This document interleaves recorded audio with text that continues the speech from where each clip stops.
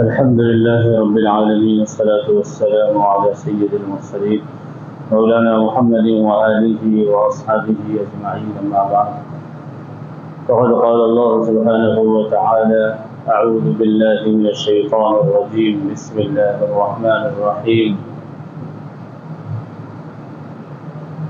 قلنا يا نار كوني بردا وسلاما على إبراهيم وأرادوا به كيدا فجعلناهم الأخسرين. وقال الله سبحانه وتعالى: ربنا إني أسكنت من ذريتي بواد غير ذي زرع عند بيتك المحرم ربنا ليقيموا الصلاة فاجعل أفئدة من الناس تهوي إليهم وارزقهم من الثمرات لعلهم يشكرون. صدق اللہ العظیم. آج بھی ہو جو ابراہیم سا ایماں پیدا، آج بھی ہو جو ابراہیم سا ایماں پیدا، آگ کر سکتی ہے انداز گلستہ پیدا. سیدنا حضرت ابراہیم علی نبینا علیہ الصلوۃ والسلام کی سیرت مقدسہ کا بیان ہو رہا ہے. گزشتہ ہفتے حضرت ابراہیم علیہ الصلوۃ والسلام کی بچپن کی تربیت اور ان کے حالات زندگی پر روشنی ڈالی گئی تھی، اور بتلایا گیا تھا کہ اللہ تعالیٰ نے حضرت ابراہیم علیہ الصلوۃ والسلام سے سخت امتحانات لیے، اور ہر امتحان میں حضرت ابراہیم علیہ السلام اول نمبر سے پاس ہوئے. اللہ تعالیٰ نے حضرت ابراہیم علیہ الصلوۃ والسلام کو سچی وفاداری کی بنا پر اپنا خلیل بنایا. خلیل کہتے ہیں جگری دوست. خلیل مانے جگر کا ٹکڑا، اور جگری دوست.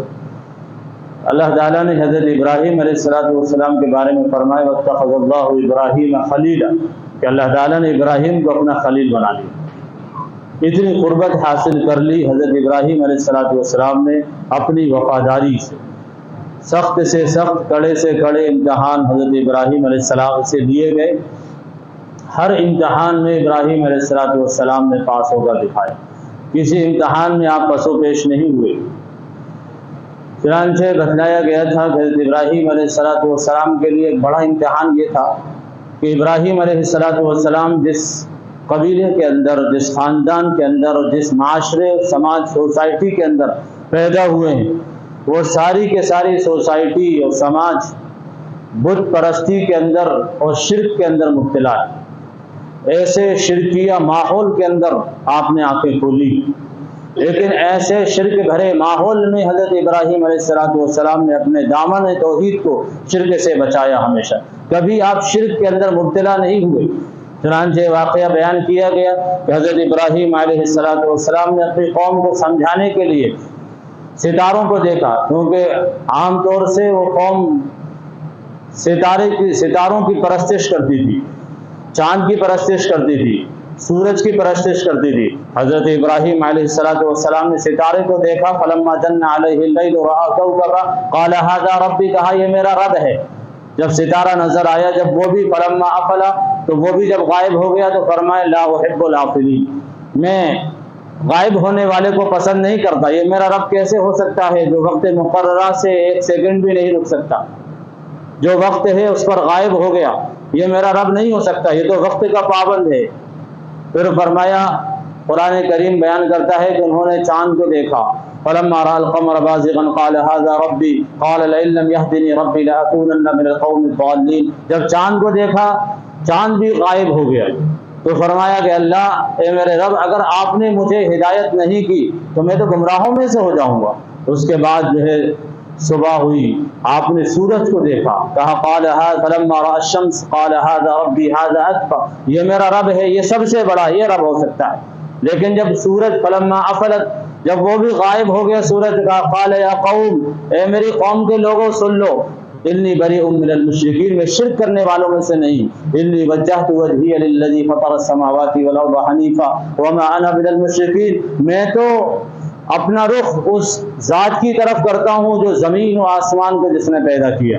وما انا من المشرکین، میں شرک کرنے والوں میں سے نہیں. یعنی آپ نے توحید کے دامن کو بچپن سے تھاما، آپ شرک کی آمیزش آپ کی زندگی میں کبھی نہیں ہوئی. قوم پریشان ہو گئی کہ حضرت ابراہیم علیہ السلام ہر جگہ توحید کی دعوت دیتے ہیں اور قوم کے پاس کوئی دلیل نہیں ہوتی، کوئی جواب نہیں ہوتا، ہر مرتبہ لاجواب ہو جاتی ہے قوم۔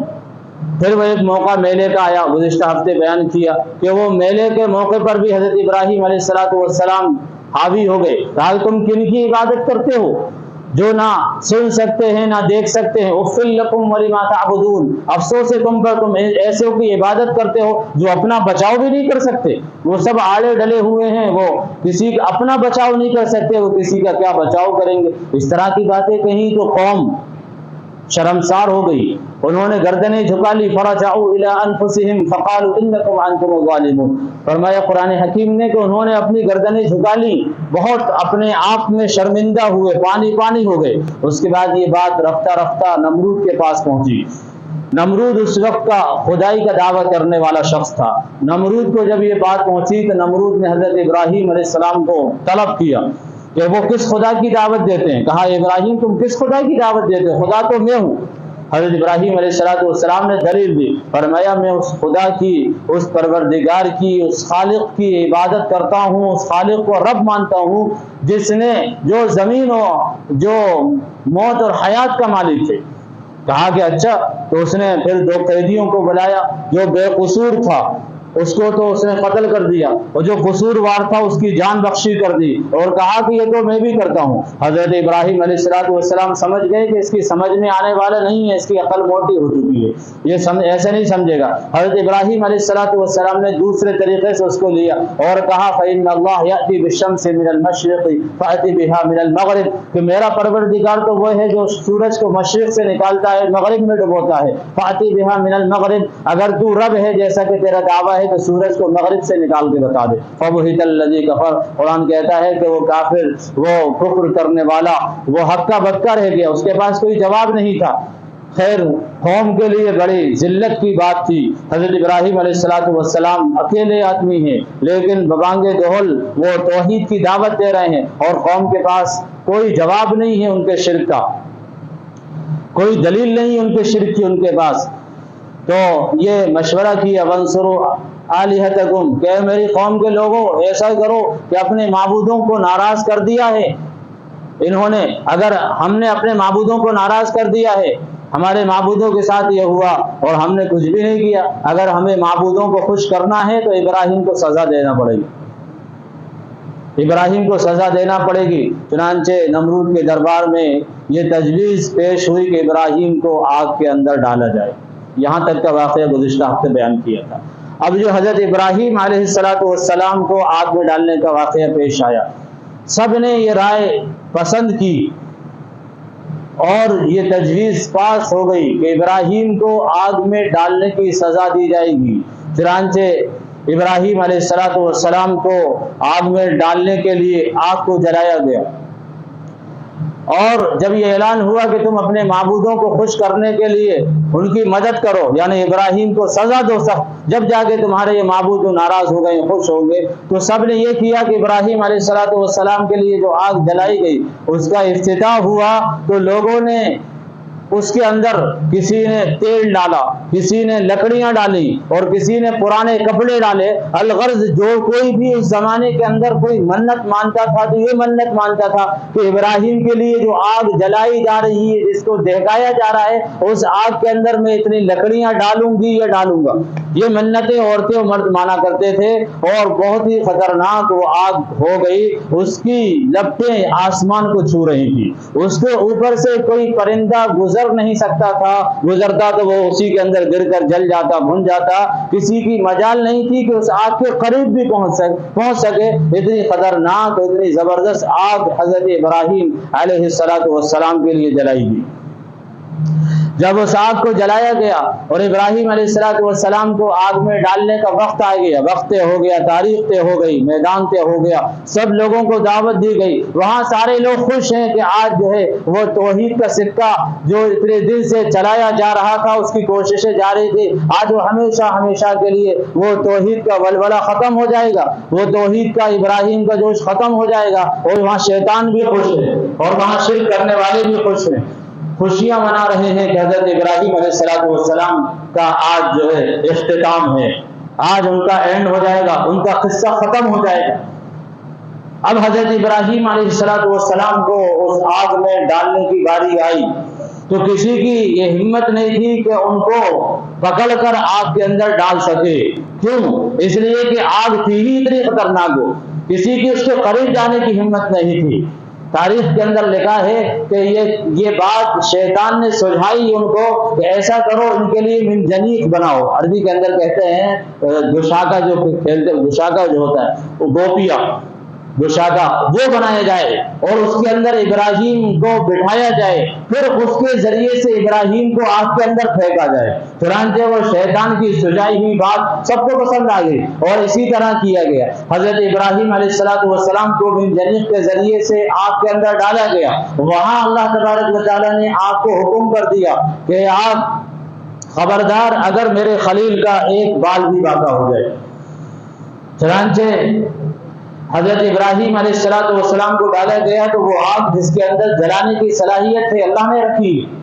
ہر آدمی کے کسی کے اندر بولنے کی صلاحیت ہے تو وہ اللہ نے رکھی ہے، سننے کی صلاحیت ہے تو وہ اللہ نے رکھی ہے، سوچنے کی صلاحیت اللہ نے رکھی ہے، ہاتھ پیروں میں کام کرنے کی صلاحیت اللہ نے رکھی ہے۔ تو مخلوق کے اندر جتنی جو کچھ بھی صلاحیتیں ہیں وہ اللہ تعالیٰ کی دی ہوئی ہیں، اللہ تعالیٰ کی عطا کی ہوئی ہیں۔ اللہ تعالیٰ نے سب کو صلاحیتیں عطا فرمائی ہیں، تمام مخلوق کو الگ الگ صلاحیت عطا فرمائی ہے۔ پانی کو ڈبونے کی صلاحیت عطا فرمائی ہے، چھری کو کاٹنے کی صلاحیت عطا فرمائی ہے، تو آگ کو جلانے کی صلاحیت عطا فرمائی ہے۔ لیکن وہ اللہ جب چاہتا ہے اس صلاحیت کو ختم بھی کر لیتا ہے۔ یہ ہاتھ جو پکڑنے کی صلاحیت رکھتے ہیں، اشارے کرنے کی صلاحیت رکھتے ہیں، جب چاہے اللہ تعالیٰ اس کی صلاحیت کو ختم بھی کر سکتے ہیں۔ جو پیر چلنے کی صلاحیت رکھتے ہیں، جب چاہے اللہ تعالیٰ اس صلاحیت کو ختم بھی کر سکتے ہیں۔ بالکل اسی طرح یہی واقعات پیش آئے کہ وہ چھری جو کاٹنے کی صلاحیت رکھتی تھی، جب اللہ تعالیٰ نے چاہا اس کی صلاحیت کو ختم کر دیا۔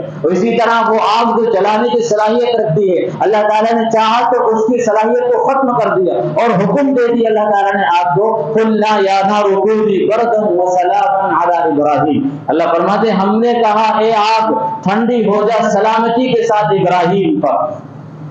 یہ نہیں کہا کہ ٹھنڈی ہو جا، بلکہ کہا سلامتی کے ساتھ، کیونکہ ایک آگ وہ ہوتی ہے جو مدھم ہوتی ہے، ایک ٹھنڈک ہوتی ہے، ایک وہ ہوتی ہے جو میڈیم ہوتی ہے، اور ایک وہ ہوتی ہے جو شدید ہوتی ہے۔ تو دھیمی، ہلکی اور درمیانی اور شدید، یہ ٹھنڈک کی قسمیں ہوتی ہیں۔ اس میں جو درمیانی ٹھنڈک ہو وہ ایئر کنڈیشن بن جاتی ہے، جو سکون پرور ہوتی ہے، سکون پہنچانے والی ہوتی ہے۔ تو اسی کو فرمایا بردن و سلامن، کہ ایسی ٹھنڈی ہونا کہ جو سلامتی کے ساتھ ٹھنڈک پہنچائے میرے خلیل ابراہیم کو، ان کو تکلیف نہ ہو، ان کو تکلیف نہ ہو۔ اگر ہلکی ٹھنڈی ہوتی تو ہو سکتا تھا آگ کا زور ہوتا اور آگ کی وجہ سے آگ کی گرمی محسوس ہوتی۔ اگر شدید سخت ہوتی تو آپ کو ٹھنڈ لگتی، اس وقت آپ کو لحاف کی ضرورت ہوتی، سوٹر کی ضرورت ہوتی۔ لیکن فرمایا بردن و سلامن، ایسی ٹھنڈی ہونا جو ایئر کنڈیشن کا کام کرے، جو تکلیف نہیں بلکہ آرام پہنچائے ابراہیم کو۔ تو آج تو ٹھنڈی ہو جا میرے ابراہیم پر، بردن و سلامن، سلامتی کے ساتھ ٹھنڈی ہونا ابراہیم پر۔ چنانچہ ایسا ہی ہوا، لوگوں نے دیکھا حضرت ابراہیم علیہ السلام کو آگ کے اندر ڈالا گیا۔ آج شیطان خوش ہے، سارے شیطان کے پرستار خوش ہو رہے ہیں کہ ابراہیم کا کام تمام ہو جائے گا۔ لوگ اپنی آنکھوں سے دیکھ رہے ہیں کہ ابراہیم کا بال باقی نہیں ہوا۔ ابراہیم علیہ السلام خوش و خرم ہیں، آگ کے اندر مزے سے ہیں۔ چنانچہ روایت کے اندر آتا ہے حضرت ابراہیم علیہ السلام سے پوچھا گیا کہ آپ کی زندگی کے سب سے اچھے ایام کون سے تھے؟ فرمایا کہ وہ ایام جن دنوں کے اندر میں آپ کے اندر تھا، میری زندگی کے سب سے پرسکون ایام تھے، سب سے پرسکون دن تھے۔ تاریخ کے اندر ملتا ہے 40 دن حضرت ابراہیم علیہ السلام آگ کے اندر رہے اور بڑے سکون سے رہے۔ تو حضرت ابراہیم علیہ السلام کے لیے یہ امتحان، پہلا امتحان بڑا سخت ہے۔ ویسے تو بہت امتحان ہوئے، آپ نے شرک بھرے ماحول کے اندر توحید کے ساتھ زندگی گزاری، آپ شرک کے اندر مبتلا نہیں ہوئے، یہ بھی آپ کا امتحان۔ لیکن بڑے بڑے امتحانوں میں سے ایک بڑا امتحان حضرت ابراہیم علیہ السلام کا آگ کے اندر ڈالا جانا ہے۔ اسی کو شاعر کہتا ہے کہ آج بھی ہو جو ابراہیم سا ایما پیدا، آج بھی ہو جو ابراہیم سے ایمان پیدا، آگ کر سکتی ہے انداز گلستہ پیدا. یعنی اس تہذیب علامہ اقبال نے کہا ہے کہ تہذیب حاضر کے آگ کے اندر جو لوگ جل رہے ہیں، جو لوگ تہذیب حاضر کا ایندھن بن رہے ہیں، اگر وہ ابراہیم سے ایمان اپنے اندر پیدا کر لیں تو یہ تہذیب حاضر کی آگ ان کو جھلسا نہیں سکتی، ان کو برباد نہیں کر سکتی. تہذیب حاضر یعنی موجودہ حالات کے اندر اور موجودہ جو ہے معاشرے کے اندر یا ویسٹ کلچر کے اندر آدمی جو اپنے آپ کو برباد کر رہا ہے، اور آج کے تہذیب حاضر ویسٹ کلچر، علامہ اقبال جو بھی اشعار کہتے ہیں ان کا اشارہ مغربی تہذیب ہوتا ہے، ویسٹ کلچر. مغربی تہذیب کی آگ میں آج کا جو لوگ مسلمان ایندھن بن رہے ہیں، اگر وہ اپنے اندر ایمان پیدا کر لیں ابراہیم جیسا، تو یہ تہذیب حاضر کی آگ ان کا کچھ بھی نہیں بگاڑ سکتی. کہ آج بھی ہو جو ابراہیم سے ایمان پیدا، آگ کر سکتی ہے انداز گلستہ پیدا. چنانچہ ابراہیم علیہ السلام بڑے اطمینان کے ساتھ پرسکون 40 دن گزار کر آگ سے باہر آ گئے. لوگوں نے دیکھا، لیکن ابراہیم علیہ السلام کا بڑا سخت امتحان تھا اور ابھی امتحانات ختم نہیں ہوئے ہیں. حضرت ابراہیم علیہ السلام نے اپنا دعوتی میدان کا رخ بدلا. ابھی تک جو ہے ان لوگوں کو وہاں دعوت دے رہے تھے، جن لوگوں کو اپنے وطن میں دعوت دے رہے تھے، آپ ان سے مایوس ہو چکے ہیں اور پوری طرح آپ ان کو دعوت دے چکے ہیں. جب انہوں نے دیکھا کہ قوم ماننے والی نہیں ہے، مجھے اپنے مشن کو آگے بڑھانا ہے، آگے پہنچانا ہے، چنانچہ آپ نے کلدانیین کی طرف آپ نے جو رخ کیا، وہاں سے آپ جو فلسطین آئے، پھر وہاں سے آپ مصر پہنچے. 3 جگہوں پر، اور تینوں جگہوں پر آپ نے یہ سفر کیا ہے دعوتی سفر کا. اپنی دعوت کو آگے بڑھانے کے لیے 3 مقدس اور بڑے مقامات کا آپ نے سفر کیا ہے. اور اس سفر کے اندر آپ کے ساتھ آپ کے بھانجے حضرت لوط علیہ السلام ہے، اور آپ کی بیوی حضرت سارہ اور حضرت ابراہیم علیہ السلام. 3 لوگوں کا قافلہ ہے جو صرف روئے زمین پر ایمان والا ہے. یہ 3 لوگوں کا قافلہ ہے. آپ راہ سفر میں ایک مقام پر پہنچے ہیں جہاں پر ایک بادشاہ اب حکومت کیا کرتا تھا. میں نے گزشتہ ہفتے اشارہ کیا تو اس کی طرح یہ کہا تھا کہ اگلے ہفتے اس کو بتاؤں گا. اس بادشاہ کا یہ معمول تھا کہ وہاں سے کوئی بھی عورت گزرتی تھی تو وہ عیاش قسم کا بادشاہ تھا، بدکاری کرنے والا بادشاہ، وہ اس کو اپنے پاس بلاتا تھا اور اس کو ایک رات اپنے پاس رکھتا تھا. یہ اس کا اصول اور معمول تھا. چنانچہ اور اس کا یہ بھی اصول تھا کہ اگر اس کے ساتھ اس کا شوہر ہوتا، اس کے ساتھ اس کا بھائی ہوتا، اس کا بھائی ہوتا تو وہ اس کو نہیں چھڑتا تھا. یہ بھی ایک اس کا اصول تھا. اب کس حکمت سے تھا، کیا زاویہ تھا اس کا، وہ جانے، لیکن یہ کتابوں کے اندر لکھا اس کا یہ اصول تھا کہ اس کا بھائی ہوتا تھا، اس کو نہیں چھڑتا تھا، اس کو جانے دیا جاتا تھا. چنانچہ ابراہیم علیہ السلام کو وہاں گزر ہوا، ان کو معلوم ہوا کہ اس طرح کا بادشاہ کا معمول ہے اور بھائی کو چھوڑ دیتا ہے بھائی کی وجہ سے. اگر بھائی ہوتا ہے تو جب وہاں ابراہیم علیہ السلام پہنچے اور ان کو روکا گیا، کہا کہ اس عورت کو بادشاہ کے پاس لے جانا پڑے گا، اس نوجوان لڑکی کو، اس نوجوان عورت کو بادشاہ کے پاس لے جانا پڑے گا. تو انہوں نے کہا کیوں لے جاتے ہیں، یہ تو میری بہن ہے. اور ادھر حضرت ابراہیم نے حضرت سارہ کو سمجھا دیا تھا کہ تم روئے زمین پر میری اسلامی بہن ہو، روئے زمین پر تم ہی میری ایک اسلامی بہن ہو، اس اعتبار سے میں تم کو بہن بولوں گا.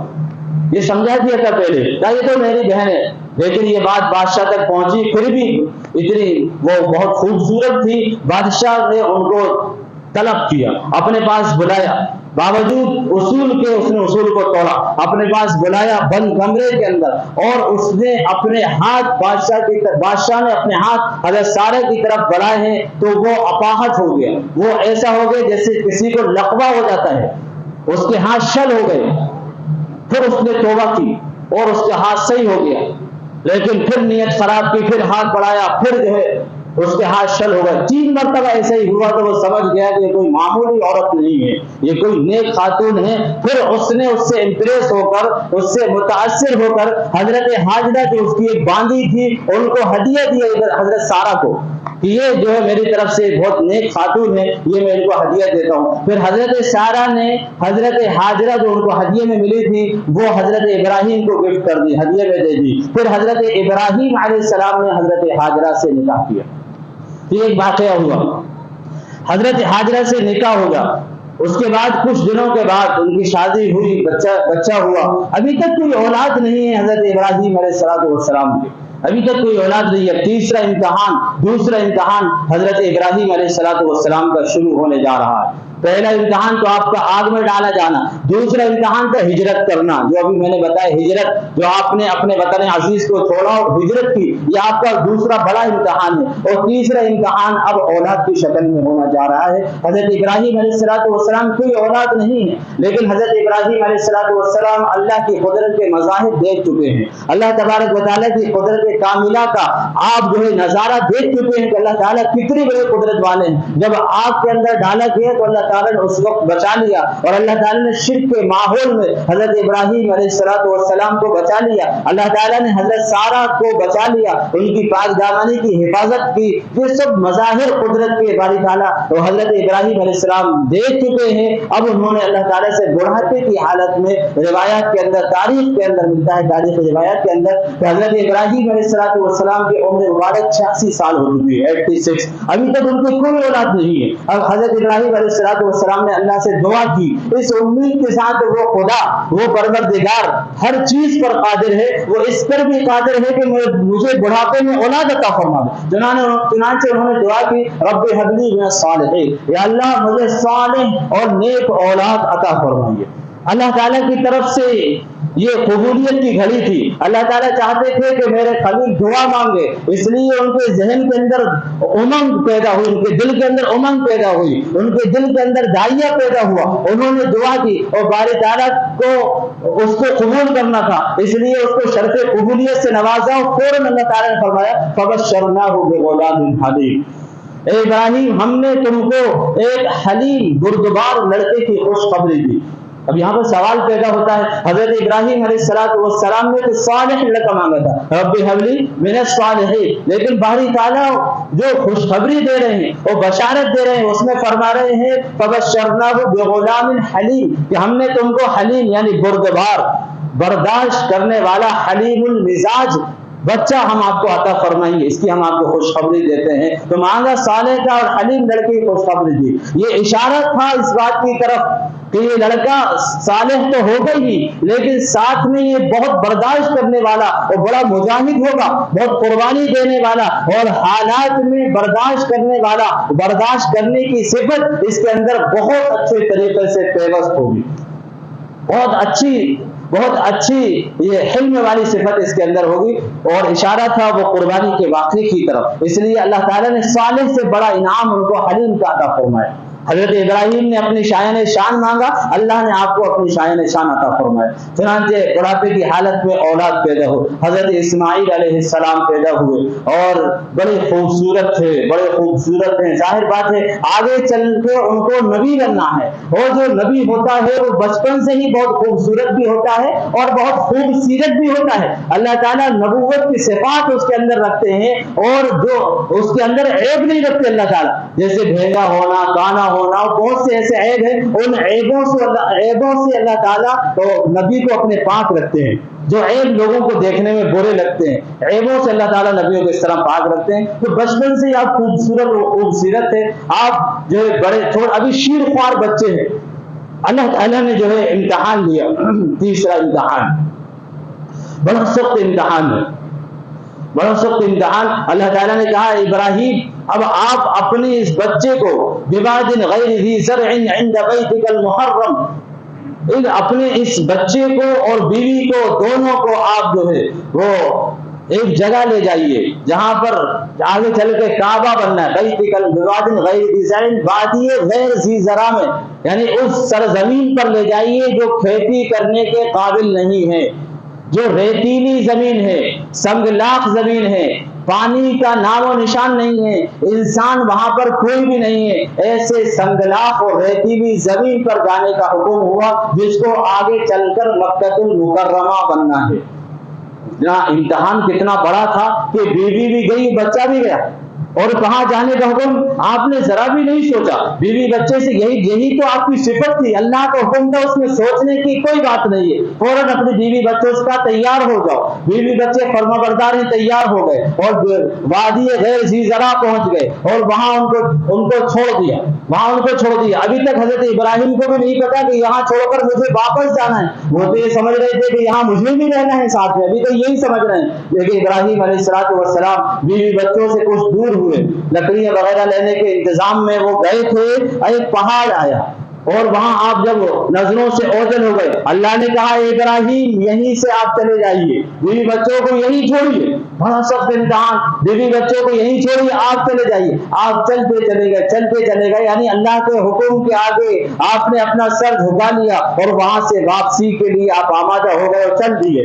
جب بیوی نے دیکھا کہ ابراہیم علیہ السلام تو چلے جا رہے ہیں, لوٹتے بھی نہیں آ رہے, تو اس وقت بیوی ہاجرہ نے کہا کہ اِلَىٰ أَيْنَ يَا سَيِّدِي, اے میرے سردار آپ کا کیا ارادہ ہے, کہاں کا ارادہ ہے, کہاں جا رہے ہیں آپ, واپس بھی نہیں آ رہے. زور سے چلا کر حضرت ہاجرہ نے کہا. ابراہیم علیہ السلام نے پلٹ کر بھی نہیں دیکھا. اس وقت حضرت ہاجرہ نے کہا کیا اللہ کا آپ کو حکم ہوا ہے کہ آپ ہمیں یہی وادی غیر ذی زرع میں چھوڑ کر جائیں؟ تو اس وقت انہوں نے کہا نعم, یعنی ہاں ہمیں اللہ کا یہی حکم ہوا ہے. تو ہم سنیے جواب حضرت ہاجرہ کا. حضرت ہاجرہ رضی اللہ عنہ فرماتی ہیں اذن لا یضیعنا, اس وقت اللہ ہمیں ضائع نہیں کرے گا. یعنی جب اللہ کا حکم ہو گیا ہے تو اللہ ہماری حفاظت فرمائیں گے, اللہ ہمیں ضائع نہیں کرے گا. آپ جائیے, اللہ کے حکم کو پورا کیجیے, اللہ کی مدد ہمارے ساتھ ہوگی, کیونکہ اللہ کی مدد اللہ کے حکم کو پورا کرنے میں ہوتی ہے. چنانچہ ایسا ہی ہوا کہ ابراہیم علیہ السلام چلے جا رہے, ایک پہاڑ آ گیا, پہاڑ کی اوٹ میں آپ چھپ گئے, بیوی بچوں کو چھوڑ کر. پھر پہاڑ کی اوٹ میں چھپ کر انہوں نے اللہ کی طرف ہاتھ اٹھائے, اللہ سے دعا کی, ربنا انی اسکنت من ذریتی بواد غیر ذی زرع عند بیتک المحرم. دعا تو کر سکتے ہیں, اور جو تعمیل حکم کے بعد جو دعا کی جاتی ہے وہ ضرور قبول ہوتی. اس لیے نماز کے بعد دعا ہے کہ دعا مانگو, نماز کے بعد دعا قبول ہوگی. کوئی بھی اچھا عمل کرو, دعا مانگو, اللہ تعالیٰ انعام دیں گے. تعمیل حکم کے بعد اب جو ہے پہاڑ کی اوٹ میں ہو کر حضرت ابراہیم علیہ السلام کہہ رہے ہیں ربنا انی اسکنت من ذریتی, اے اللہ میں نے اپنی اولاد کو وادی غیر ذی زرع میں, ایسے جنگل بیابان میں چھوڑ دیا ہے, نہ جہاں پر کھانا ہے, نہ پانی ہے, نہ دانا ہے, نہ کوئی آدم ذات, اور نہ کوئی ان کا غم گسار, نہ کوئی غمخوار, اور بجائے سوائے تھوڑے سے کھجوروں کے اور ایک مشکیزے میں پانی تھا, اس کے علاوہ کچھ ان کے پاس نہیں تھا. اور اللہ سے کہہ رہے ہیں اللہ میں نے آپ کے حکم پر اپنی اولاد کو یہاں چھوڑ دیا. ربنا انی اسکنت من ذریتی بواد غیر ذی زرع عند بیتک المحرم, میں نے آپ کے محترم گھر کے قریب چھوڑا ہے. یعنی وہاں پر آثار اور علامات موجود تھے, کیونکہ وہ جو حضرت ابراہیم علیہ السلام نے بیت اللہ کی تعمیر کی ہے وہ صرف ابراہیم علیہ السلام نے نہیں کی, بلکہ اس سے پہلے وہ حضرت آدم کے زمانے میں بھی ہو چکی, حضرت نوح کے زمانے میں بھی ہو چکی تھی, اور طوفان نوح میں اس کے جو ہے اللہ تعالیٰ نے اس کو اٹھا لیا, لیکن کچھ آثار وہاں پر موجود تھے. ابراہیم علیہ السلام کو بتلا دیا گیا تھا, ان کو معلوم ہو گیا تھا کہ یہ بیت اللہ ہے, تو فرمایا عند بیتک المحرم, ہم نے آپ کے محترم گھر کے قریب ان کو چھوڑ دیا ہے. ربنا لیقیموا الصلاۃ, یہ نہیں کہہ رہے کہ اللہ آپ ان کی حفاظت کرنا, ان کے لیے بہترین کھانے کا انتظام کر دینا, ہم آپ کے حکم کی وجہ سے جا رہے ہیں, نہیں. وہاں پر بھی فرمایا ربنا لیقیموا الصلاۃ, اے ہمارے پروردگار ہم نے ان کو اس لیے چھوڑا ہے تاکہ یہ نماز قائم کرے. ربنا لیقیموا الصلاۃ فاجعل افئدۃ من الناس, یا اللہ ان کی طرف لوگوں کو مائل کر دیجیے, متوجہ کر دیجیے, لوگ تیرے بیت اللہ کی طرف یہاں آنے لگے, لوگ یہاں پر آنے لگے, یہاں لوگوں کو مائل کر دیجیے. افئدۃ من الناس تهوی الیہم وارزقہم من الثمرات لعلہم یشکرون, اور یہاں پر آپ قسم قسم کے پھلوں کا انتظام کر دیجیے تاکہ لوگ یہاں پر آئیں, خوب پھل کھائیں, لعلہم یشکرون, وہ آپ کا شکر ادا کریں. چنانچہ اللہ تعالیٰ نے دعا قبول فرمائی, اور وہاں سے کچھ دنوں کے بعد قبیلہ جرہم کے لوگ وہاں سے گزر رہے تھے. حضرت ہاجرہ رضی اللہ عنہا کی اجازت سے انہوں نے وہاں قیام کیا, پڑاؤ ڈالا, وہیں پر انہوں نے رہنا شروع کر دیا,